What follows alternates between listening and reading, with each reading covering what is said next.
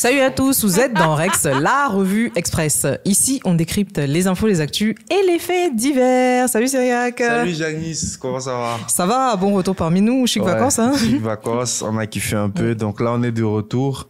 Donc pareil, hein, nouvel épisode de La Patrouille. Merci vraiment à tous ceux qui nous alimentent en actualité parce qu'on ne peut pas tout suivre. Donc, j'ai reçu une vidéo qui est intéressante. Je vais la balancer à l'écran et puis on va essayer de réagir en live ensemble. Comme d'habitude, bon c'est parti. C'est parti. 3, 2, 1, let's go.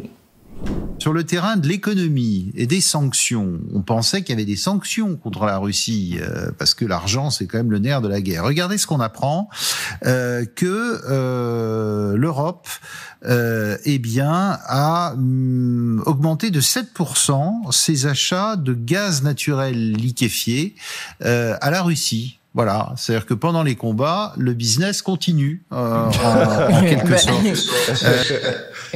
Forcément, business is business. Mais tu remarques la manière, il a pris tellement de pincettes pour pouvoir sortir le truc là. Mais parce qu'il a chaud, il a chaud. Les gens s'attendaient à quoi? Ils n'ont pas les moyens de leur politico. C'est ça. Bon, il faut pour récapituler un peu l'actualité, on sait qu'on avait endommagé du coup le Nord Stream là qui passait par l'Allemagne, etc., qui permettait d'alimenter l'Europe en gaz russe.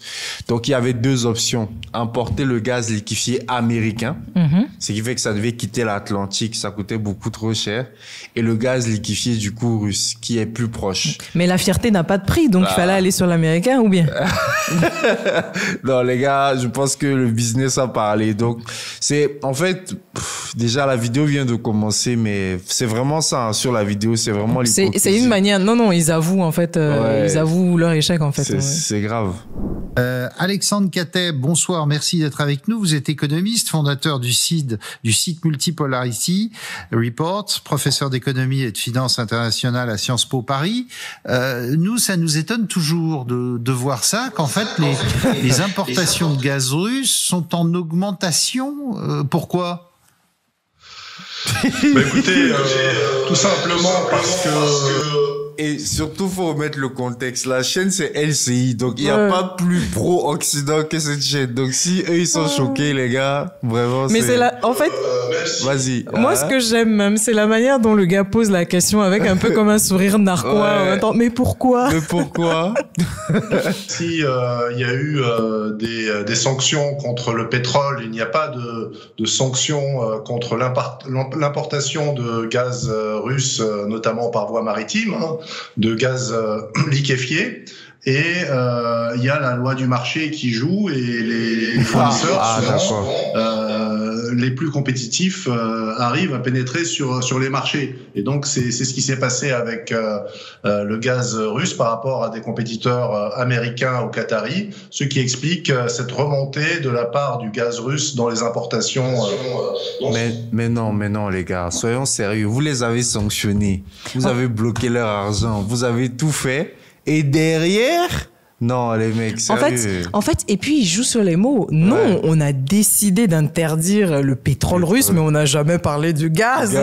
Genre, ils prennent vraiment les gens pour... Non seulement française, mais européenne, qui a atteint à peu près 15% du total des importations de gaz naturel européennes sur les premiers mois de 2024. Donc vous êtes, vous êtes en train de nous dire qu'on est en totale hypocrisie là.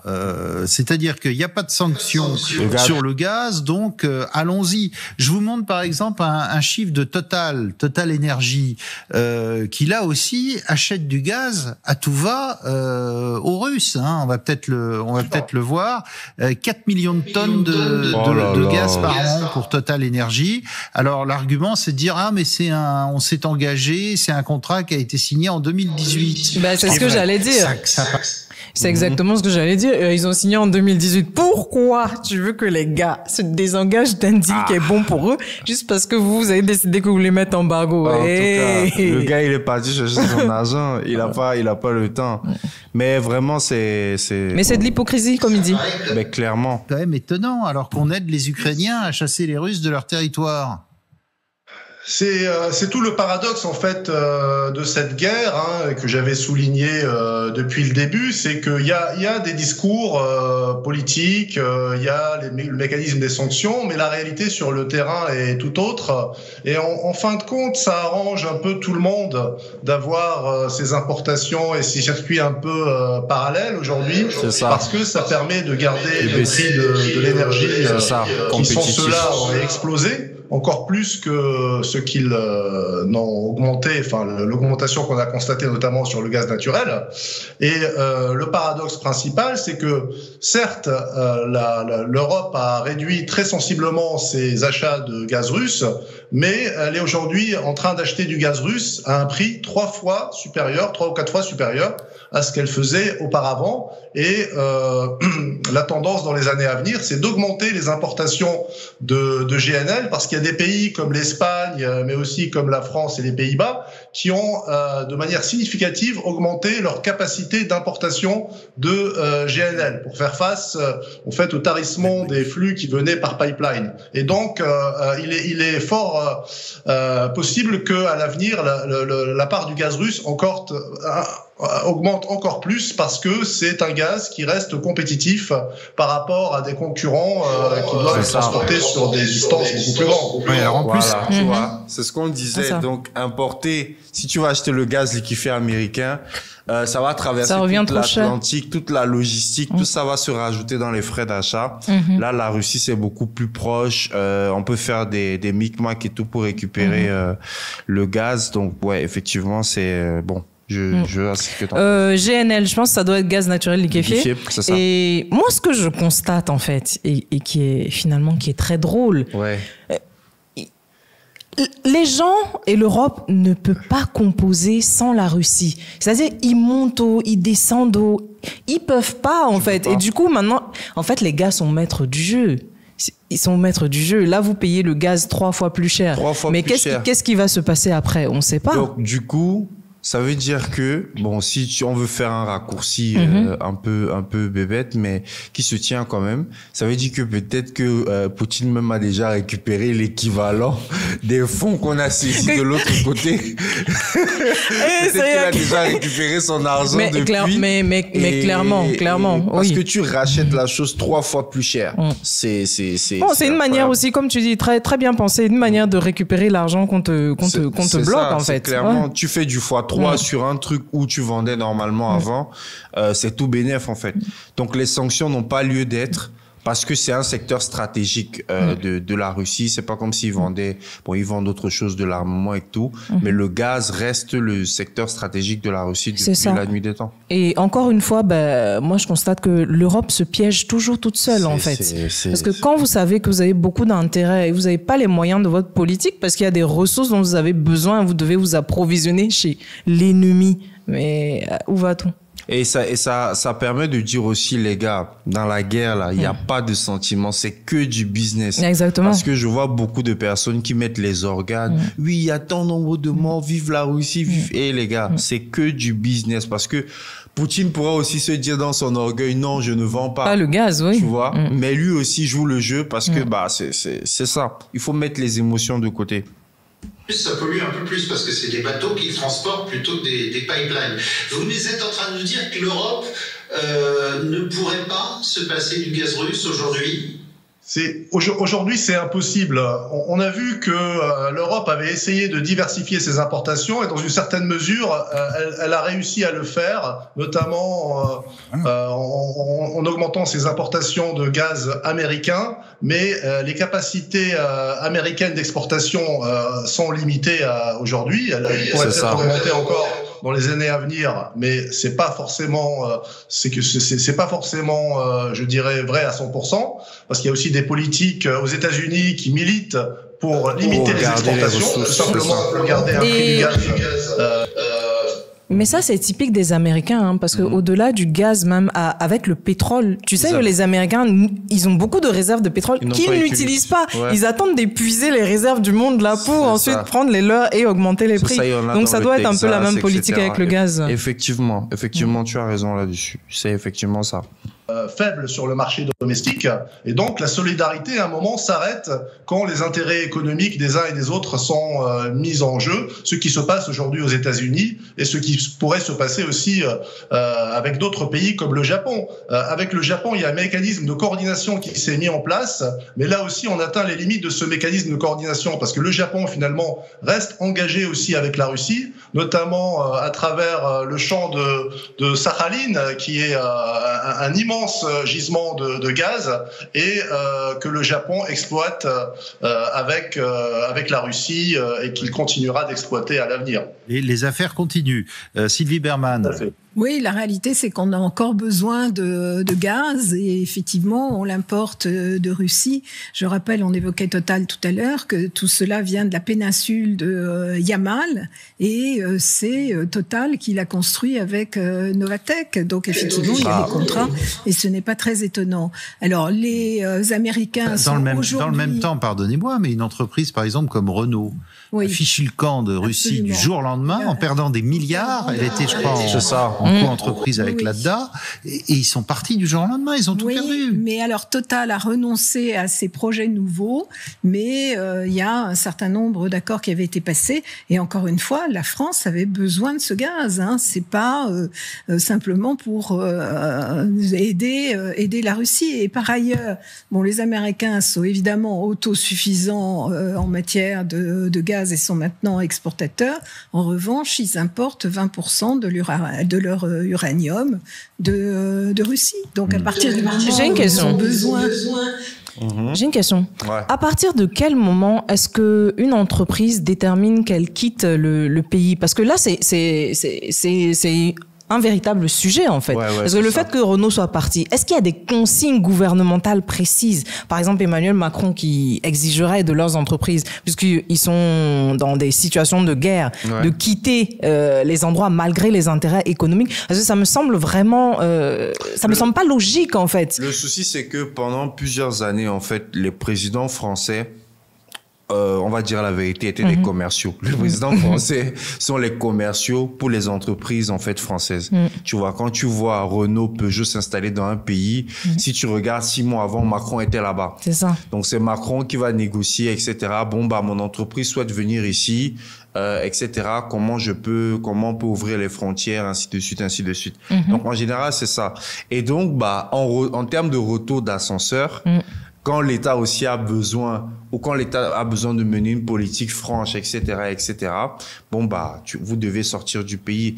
Bien évidemment, c'est faire des intérêts étatiques, mais aussi à des intérêts privés, dans le sens où ce que vous avez perdu là-bas, si on va vous les rétrocéder en impôts, si on va vous les rétrocéder quelque part. Et il vaudrait mieux pour eux, parce que il y a beaucoup d'entreprises, même les entreprises de luxe françaises là, qui ont quitté la Russie en se jouant les McDonald's américains, en se jouant les Dodana, mais les Russes là, il y a une couche très riche de la population qui dépense énormément et c'est un pourcentage du chiffre d'affaires des marques de luxe qui est non négligeable en fait. Exactement. Et du coup qui a été préservé en Russie parce que les McDonald's ont été repris, tout ça, ils ont juste rebrandé et la vie continue quoi. D'énergie, il n'y a pas de sanctions. Bon, après, je voudrais quand même vous rassurer un tout petit peu. Les sanctions marchent quand même parce que je vous rappelle que Gazprom, pour la première fois, est une entreprise déficitaire cette année. C'est une entreprise qui a perdu énormément de marché. Il a perdu quand même le marché européen qui était de 155 milliards de mètres cubes. Et donc là, avec regardez les pertes records de Gazprom. Avec ces exportations, ils n'arrivent pas quand même au même volume. Par rapport à l'interdiction du gaz, Ce qu'il ne dit pas, c'est que ça a fermé le marché européen, mais ça a ouvert les autres marchés. Mais c'est ça, en fait. Tu vois, donc les pays de base, même qui n'étaient pas en deal, l'Inde, tous les pays multipolaires, en fait, ont commencé à prendre du gaz russe. Donc, du coup, ça... Attends, c'est une manière pour eux de se rassurer, de donner ce chiffre-là que de dire que oui, bon, ils ont perdu des marchés. Mais je remarque aussi, Sergueï Girnov, je sais pas comment on prononce, ancien officier du KGB spécialiste en renseignement. Donc c'est quoi? Le mec, non, je veux faire un peu de théorie du complot là. C'est quoi? Il a retourné sa veste, il est avec les Français, ou il est venu comme s'il est avec eux, alors qu'en fait il continue d'être en alignement avec le gouvernement russe. Ce serait intéressant à savoir. Mais je l'ai vu déjà sur quelques médias. C'est prise de oppositions sont pas... Il a apparu au moment où Bruno Le Maire disait qu'en 6 mois, on va faire écrouler. Donc, c'est lui qui supportait cette théorie-là et finalement, 2 ans plus tard, on ça n'a pas fonctionné. Donc, lui, bon, j'écoute pas trop, mais...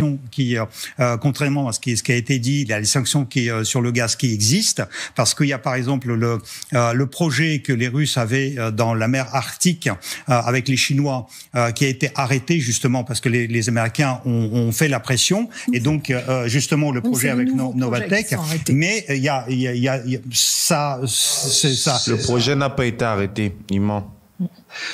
Ça reprend, ça s'arrête, ça reprend. Mais il y a autre chose aussi. Vous voulez encore plus d'hypocrisie? Allons-y. Oui, allons-y. Allons-y. Tant qu'on y est. Vous savez, le gaz, le pipeline là de Souja, sur quel territoire il va après? C'est sur l'Ukraine. Ouais. En Ukraine. Sur le territoire ukrainien. Oui, et qu'ils le laissent passer. Et donc, les Ukrainiens ont laissé le transit pendant toute la guerre en Ukraine, ont laissé le transit. Ça fait 3 semaines où ils ont annoncé à la Hongrie et à l'Autriche et à un certain nombre d'autres pays européens qu'ils coupaient ce robinet, mais non pas pour couper le robinet, mais parce qu'il y a les sanctions contre Lukoil. Donc en fait, ils disaient, il y a le gaz qui est produit par l'entreprise Lukoil, qui elle est sous les sanctions, donc on ferme le robinet. Et les autres disent, mais vous avez signé le contrat pour des années et des années, donc il faut les respecter. Et donc voilà, c'est pour vous dire la complexité de la question. Alors oui, la complexité de la question, c'est que le problème ne s'applique pas que au gaz. Il y a un énorme rapport qui a été produit dans le Financial Times il y a quelques semaines sur les importations d'urée. L'urée, c'est une composante des engrais, c'est fait avec de l'azote. L'Europe importe 70% de son urée de Russie. Les importations d'urée ont doublé depuis entre 2022 et 2023. La France importe 90% de son urée pour des engrais de la Russie. Et qui est-ce qui contrôle le plus grand importateur français d'urée? C'est Eurochem. C'est une société qui est contrôlée par une boîte à Chypre qui, elle, appartient à un oligarque russe sanctionné. Donc voilà, ça c'est un autre exemple des problèmes avec l'application des sanctions. Le nickel russe n'est pas sanctionné. Les piles des voitures électriques sont faites avec du nickel et du lithium qui vient aussi en grande partie de Russie. BASF, la société allemande qui produit des piles, a une grande usine en Finlande qui utilise du lithium russe. Alors ils ont maintenant fait un choix d'essayer de diversifier leurs sources d'importation. L'uranium aussi. Quel choix, quelle diversification. Qui mentons-nous? Attends. En fait, c'est juste comment ça même les journalistes, même à un moment, rigolaient, tu vois. Donc, c'est dire que, en fait, vous n'avez pas les moyens dans votre politique. Il faut juste accepter et arrêter avec cette histoire de sanctions qui sont pas réelles et réalistes, en fait. Activer l'humilité, en fait. Activer juste l'humilité et puis... Aussi, on a besoin de l'uranium de la Russie. La Russie sait qu'on a besoin de son uranium. Qu'est-ce qu'elle fait? Eh bien, elle met la main sur toutes les mines d'uranium en Afrique et au Niger et au Kazakhstan pour essayer de nous obliger à continuer. C'est ça, parce que Emmanuel Macron, par contre, était parti au Kazakhstan pour contourner du coup les barrières que le Niger avait imposées. On en avait parlé dans une vidéo. De ça. Sauf que le Kazakhstan est pro-russe. Donc, il s'est retrouvé aussi coincé là-bas. Mais quand elle parle de mettre la main sur les trucs en Afrique, tu vois, ça se passe pas, voilà, ça se passe pas comme ça. Vous la France avait la main sur l'uranium du Niger. Qu'est-ce qui s'est passé? Voilà. Exactement. Il y a le champ lexical aussi, mais effectivement, ça se complique. Ça se complique. À commercer soit avec elle, soit avec l'Australie ou le Canada. Et en parlant d'urée, l'Europe peut se passer complètement de l'urée russe. Les producteurs européens sont à l'arrêt parce qu'ils sont moins économiquement rentables que la Russie. Donc, elle se contredit. Si vous voulez... Elle se contredit parce qu'on dit qu'on peut se passer de l'urée, mais on nous dit ensuite que c'était tout à l'heure, elle disait que la France importait 90% de son urée en Russie. Oui, en fait, ce qu'elle explique, c'est que justement les usines d'urée en fait en France sont en arrêt par rapport à la compétitivité. La compétitivité ou au niveau des salaires. En fait, c'est que tu prends un mec en usine, tu as ton industrie, tu dois payer minimum le SMIC. Quand tu payes le SMIC, tu as les cotisations sociales derrière. Donc 1 300 €, ça fait fait 2600 €. Ouais, c'est moins compétitif que... Voilà, alors que tu prends un mec par rapport au coût de la vie en Russie, tu lui donnes 600 balles et il te fait le même taf. Tu vois, sans compter que les industries ont des accords avec l'État russe au niveau des impôts. C'est tout ça qui a créé les oligarques aussi. Tu vois, donc du coup, ça reste compétitif, ce qui fait que à la sortie, le kilo duré ou la tonne durée, on peut faire plus de plus-value dessus, en fait. C'est ça, tu vois. Donc du coup, pour que les États européens relancent la production durée, ils doivent accepter d'être déficitaires. Or, quel est l'intérêt d'être déficitaire à l'heure actuelle, hein? Qui va faire son truc pour vendre à perte? À part l'État chinois qui accepte de faire ça, le reste, c'est un peu Mais ils savent sur quoi ils comptent. C'est ça, tu vois. Non, mais c'est pas des problèmes, c'est une hypocrisie complète. Nous abordons les sanctions parce que pour vraiment sanctionner la Russie, eh bien, l'Europe devra faire des choix qui coûteront très cher au consommateur final. Voilà, c'est ça le grand problème. Alexandre Kateb, vous êtes toujours avec nous. Moi, je me souviens, quand il y avait eu le début de la guerre en Ukraine, Emmanuel Macron était parti en Algérie pour essayer de signer un accord avec l'Algérie pour avoir du gaz. Puis c'est pas loin de la France, on peut mettre un pipeline aussi en passant par l'Espagne ou par la Méditerranée. Visiblement, tout ça, c'est aux oubliettes. Le problème avec l'Algérie, c'est que elle ne peut pas augmenter ses capacités d'exportation de manière très significative. D'une part, les capacités de production sont contraintes. La plupart des gisements sont des gisements vieillissants. Il y a eu très peu d'investissements au cours des 20 dernières années. Et d'autre part, il y a une consommation de gaz sur le marché domestique algérien qui croît très fortement en raison de la croissance économique, démographique, etc. Donc, en fin de compte, l'Algérie, c'est pas du tout la solution à ce problème.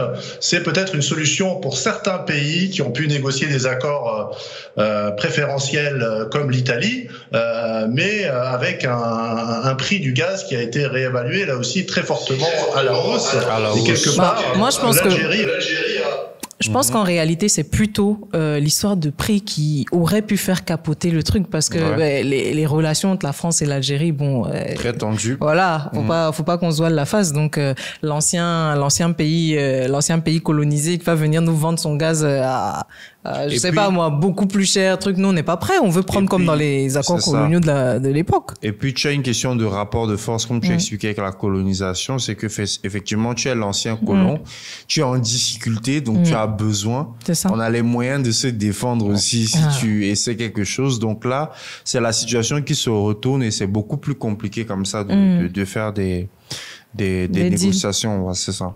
A eu un effet d'aubaine grâce à la crise ukrainienne et grâce à la Russie, puisque ça lui a permis de booster ses recettes d'exportation de gaz. Elles vont plus cher parce que les gens ont besoin.